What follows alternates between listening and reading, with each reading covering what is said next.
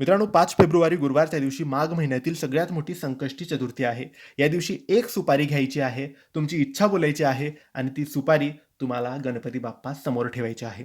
पूजेची सुपारी, नवीन कोरी सुपारी आणा आणि ती सुपारी गणपती बाप्पाच्या मंदिरात जाऊन तुम्ही हा उपाय केला तरी चालेल. तुमच्या घरात गणपती बाप्पाची मूर्ती किंवा फोटो असेल तर तिथे तुम्ही हा उपाय केला तरी चालेल. सुपारी सकाळी किंवा संध्याकाळी घेऊन देवघरासमोर बसायचं आहे.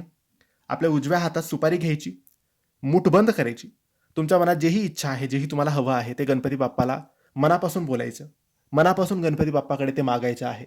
विनवणी करायची आहे, प्रार्थना करायची आहे आणि नंतर ती गणपती बाप्पासमोर ती सुपारी ठेवून द्यायची आहे. आणि रोज ती सुपारीचे पूजन करायचे आहे.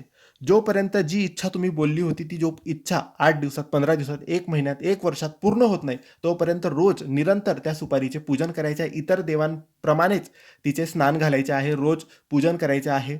देवांच्या मूर्तीसारखंच तिचं पूजन करायचं आहे. आणि ज्या दिवशी तुम्हाला वाटेल की मी जी इच्छा सांगितली होती ती पूर्ण झाली, ते मला मिळालं, तर नंतर त्या सुपारीचं तुम्ही विसर्जन करायचं आहे. असा हा उपाय तुम्ही उद्या 5 फेब्रुवारी गुरुवारच्या दिवशी, संकष्टी चतुर्थी या दिवशी सकाळी संध्याकाळी केव्हाही करू शकतात. धन्यवाद.